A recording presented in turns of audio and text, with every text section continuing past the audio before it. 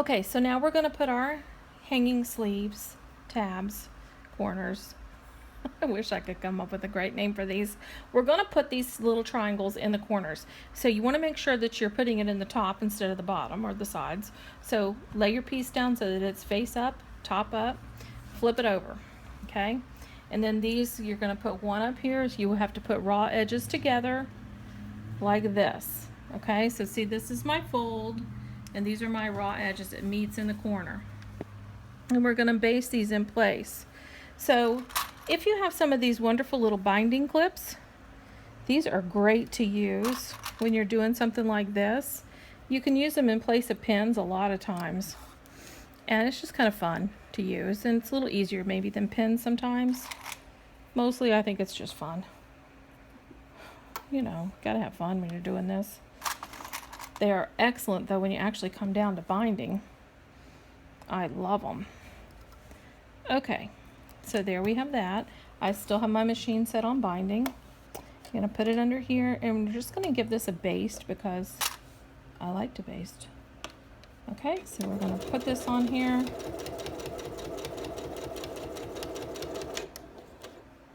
Needle down. And just take that little guy right out.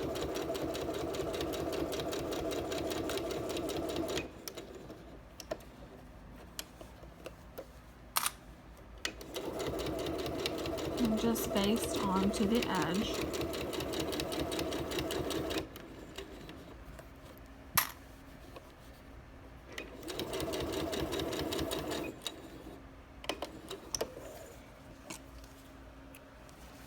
Okay, and now we want to baste down the sides. And I'm going to flip it for this because it's going to lay down still, nice and flat.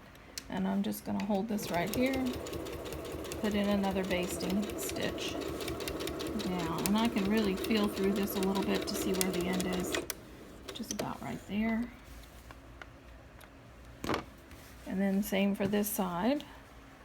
Make sure it's nice and smooth. I can see that it is. Okay. And we're going to baste again. Speed this little baby up. You guys may be getting a little bored with this video, I don't know, but I'm kind of having fun. Every time I make one of these, I have fun. Of course, I love doing this. I hope everyone does. Likes it as much as I do. Okay, so now we're ready to put on our binding, and I'm going to shorten my stitch length back down to 2.5, which is where I would normally start, or what I normally sew with.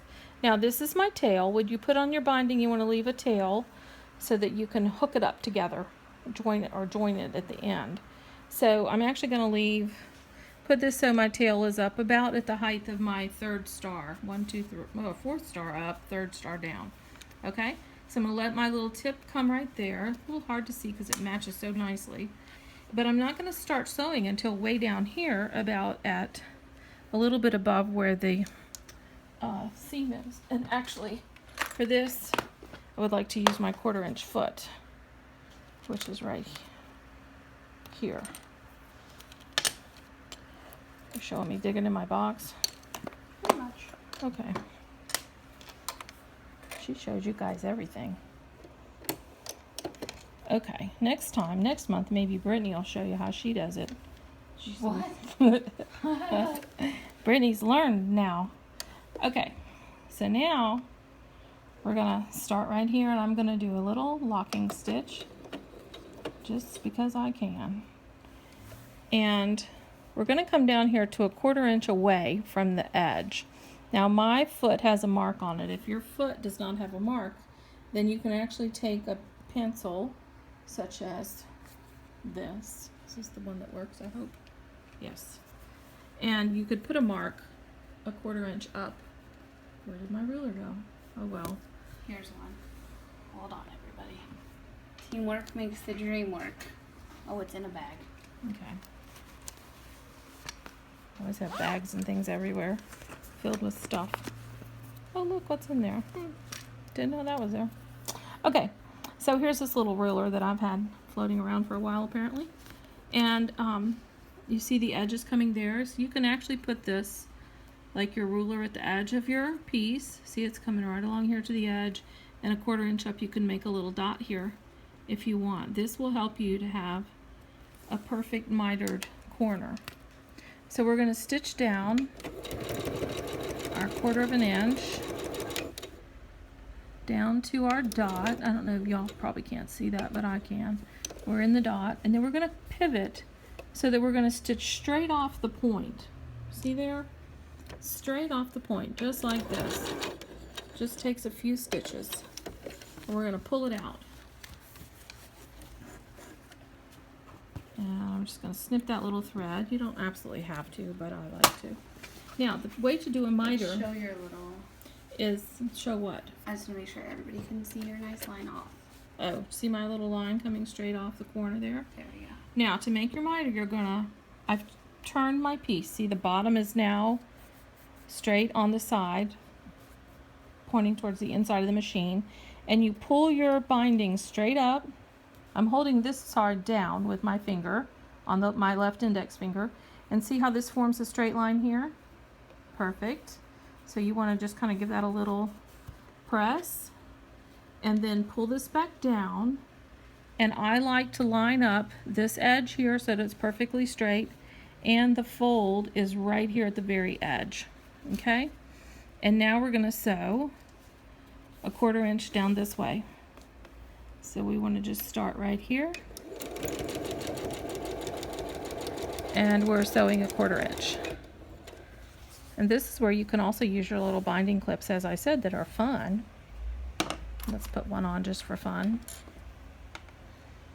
And see if you can imagine, if you're doing a big long quilt, how helpful these would be. Of course, pins work too, but as I said earlier, binding clips are way more fun. Whoa, I didn't get straight there. I'll have to go back and fix that. Okay.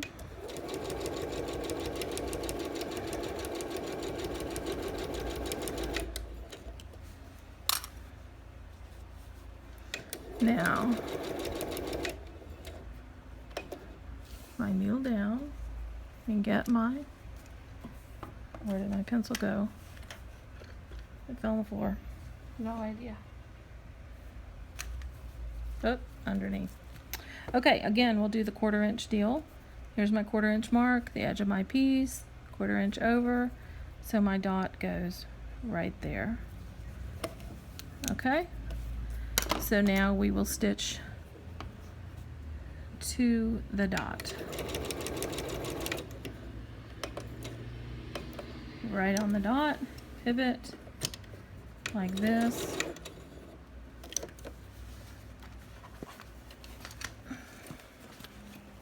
And then we lift up, flip it back, hold it down with your left index finger as you flip it back. You can smooth it if you want to. And then line that up and start sewing again down your side.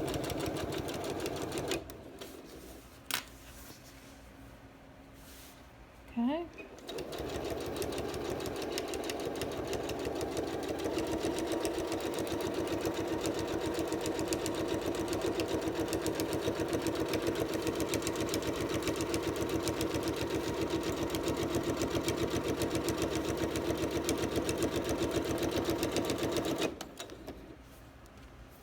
Again, we'll mark it, 1/4 inch.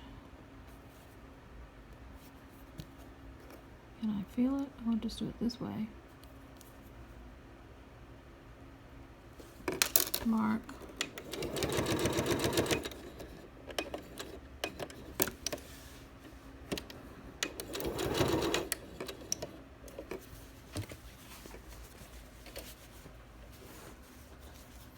Hold this side down, pull this back, flatten, flip it back down, make sure your edges are even. Nice fold there. Stick it back under your foot, and you are ready to roll.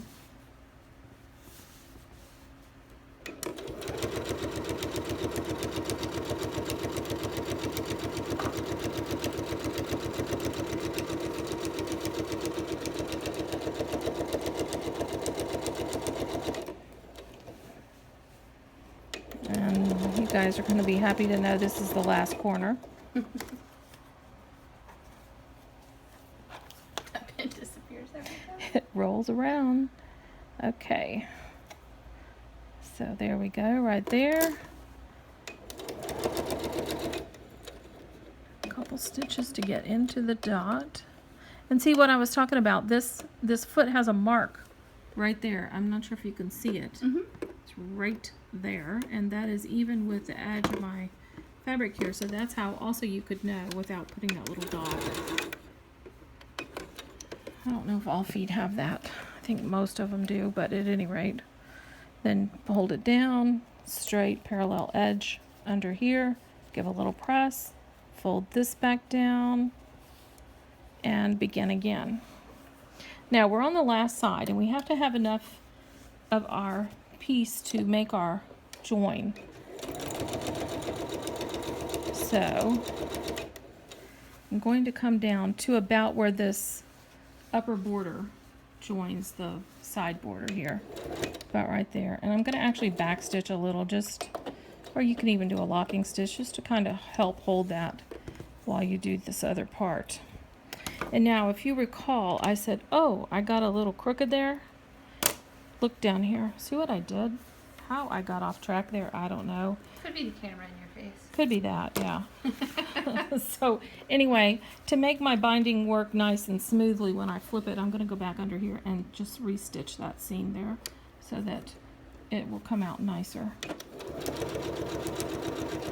Because that's a big bump. We should come up with binding jokes. So when you're doing the straight lines, they're entertained. Would you guys like that? Like in a bind? In a bind jokes. When I would have my sister, she would do some binding for me, and if I would happen to call her while she was doing that, she'd answer the phone in a bind, like she was a little business called In a Bind. Binders are us. Okay, so here's the deal. The good part. This is the tricky part. This is the part that's worth all the money. All right, do you see how normally I would take this to the machine or to the iron and press it so that it's nice and smooth again? It's really hard to tell on red, but maybe I can find a pen to point with. Okay, this point, you see the line is coming. Are you getting this? Mm-hmm. You're not in the shadow? Okay. The line is coming straight up this way, and this, you want to lay your top binding down smooth, this underneath that, and you leave enough of a tail so that it's coming down to the end. Okay, now we're going to join this together, and this point is coming right here. We want to go just a squidge, like 1/8 of an inch, not even that much, above where this point is, and put a pin perpendicular and get it just in this top layer. Okay, so now we're going to rotate this way. We lift this up and open that piece out. Okay, this piece we've pressed nicely, and it has a fold on here, and it's very crisp. But in order to see it better, usually I'll use a black pen, but this red, this little chalk pencil, works very nicely. And you just want to draw a line, draw on your line in there so that you'll be able to see it, because you're going to be stitching on that line. Then you want to take this point, and you have right sides together. Right sides together. You see how I've opened? This is open, and this one is open. And you're going to swivel it around so that this point is coming right back up where that pin is. And it's going to be perpendicular. Basically, you're doing the same thing that you did when you initially hooked your two binding strips together. Okay, so you want to line that right there even, put a pin in, and then another thing that helps you is, see how that nice fold just wants to meet right there? That helps you know that also that you're at a straight angle. I can also see when I drew on that with a pencil, I didn't get it straight. So put another pin in here and down, because I'm going to be stitching in that crease, and your crease should come right to the very edge of your lower edge of your binding underneath. Put a pin in there too. Okay, now I'm going to fold this to kind of get this mess out of the way. And if you want to, a binding clip also comes in handy for that, to help hold it out of your way, because you know you need like 3 hands here. Take that extra pin out. It was a very important pin, but now we're going to take it out. Put this back under the machine, and you can see now why it's important to have a line. You can see where you're going. And you want to stitch in that line. Let's slow it back down.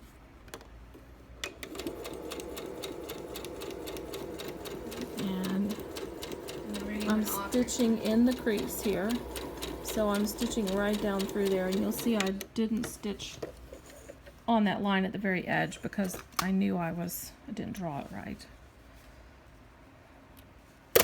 Okay, so that's in there. Now, you want to unpin this, take off your little clip, and then you want to open this, let it fall back open just to make sure that it's gonna, I mean, it's all this bulk is here, but I can tell this is gonna fit nicely. Perfect fit.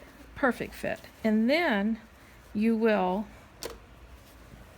trim this off to a 1/4 inch or so. Okay. Beautiful. And then you want to open this up. I really should have switched the bobbin to red. And if you have a little pressing tool, this is a little wooden pressing tool right here. You can use this to press your little seam, or you can finger press it, or you can get up and go to your iron, or maybe you're smart and have your iron really close and press that open. But that little guy works really well. So now you can see this comes in here, and you can also see why I should have changed my bobbin to red, because that little bit of white just does show, and I don't like that, but there it is. Too late now. And so you can either pin this, or you could use your little binding clips to hold it in place, and you're going to stitch your final seam. You really don't have to pin it. You probably could do just fine without pinning, but we're going to put this little guy right under here. Start up here at the top where we were and come right down.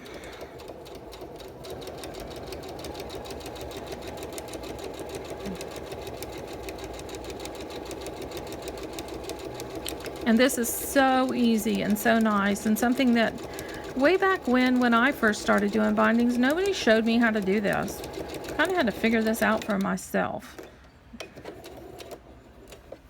Nowadays, there's all kinds of videos and people showing you stuff. It's really nice to have a lot of help, you know. Or classes in your quilt shops. Those are always great. So you want to take that off. And then I like to, this is, you know, I didn't trim that down perfectly squared up. And so this is now ready to be pressed open and flipped around to the back. And you can see that the miter is going to work out nice and perfectly. See there? Look at that. Love it. And so we'll take this to the iron. Or do you want to show that? I think everybody can iron. Do you think? Yeah, I think everybody can iron. Everybody can handle that. So you'll bring your binding to the back, and then you can either hand stitch it, or you can stitch in the ditch, whichever you prefer. Hand stitching binding is my excuse to put my feet up and sit in front of the couch. Netflix or sit on the and couch with Netflix and watch something that's interesting. You want to tell them what you're watching? No, because I'm done. Okay. I was watching Bloodline. But she's done, so no one cares. I don't. Nobody cares about Bloodline. I think it was on a couple years ago, maybe even. I don't know when it ended, but I found it quite interesting. Actually thought the lead guy was kind of cute too. Exactly. So maybe another good reason to watch check it out. Yeah. watch that guy. I think his name's Kyle Chandler. Actually, I never know his name. it is. I looked it up. He's kind of cute. He was in that movie Manchester by the Sea as well. Really? Mhm. Oh. I had to stop and think who he was in that. He died, but That's a horrible recommendation. well, I don't think we got to watch him as long as I would have liked. At any rate, he's tall, dark, and handsome. He's a cutie pie. So anyhow, you can see your miters. You just want to come down and bring this. I'm folding this right along the edge. And then you just bring this right over. And look at that magic. It matches perfectly. That's because we stitched off the edge. I swear to you, that is the reason why this works so nicely. That's all about the stitching off the edge. Now, these bindings, for these little guys, we cut these bindings at 2.5 because it's easy to cut for you and everybody. If people really like to use a smaller, they can trim it down. Most people don't use a larger binding, so we cut them at 2.5. Now, I usually would cut mine a little bit narrower to do this, but it doesn't matter for this. When I turn it, Yeah, it still matches.